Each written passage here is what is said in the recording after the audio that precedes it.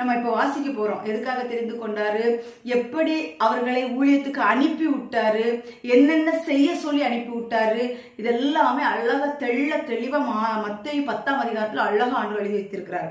அதுல ஆண்டவர் ஊழியத்துக்கு அனுப்பும் போது, சீஷர்களை ஊழியத்துக்கு அனுப்பும் போது என்ன சொல்லி அனுப்பி விட்டாருன்னு சொல்லி வாசிப்போமா?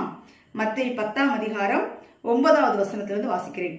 உங்கள் கச்சைகளில் பொன்னையாவது வெள்ளியாவது செம்பையாவது, வழிக்காக பையையாவது, 2 அங்கிகளையாவது, பாதரட்சைகளையாவது, தடியாவது தேடி வைக்க வேண்டாம். வேலையால் தன் ஆகாரத்துக்கு பாத்திரனாய் இருக்கிறான். புரிஞ்சுதுங்களா? இந்த வேத வசனத்துல ஆண்டவர் அழகா சொல்லியிருக்கிறார். மத்தேயு 10ஆம் அதிகாரம் 9, 10வது வசனத்துல எவ்வளவு தெளிவா ஊழியர்களை ஊழியத்துக்கு அனுப்பும் போது தேவன் எவ்வளவு தெளிவாய் சொல்லி விட்டுருக்கிறாரு.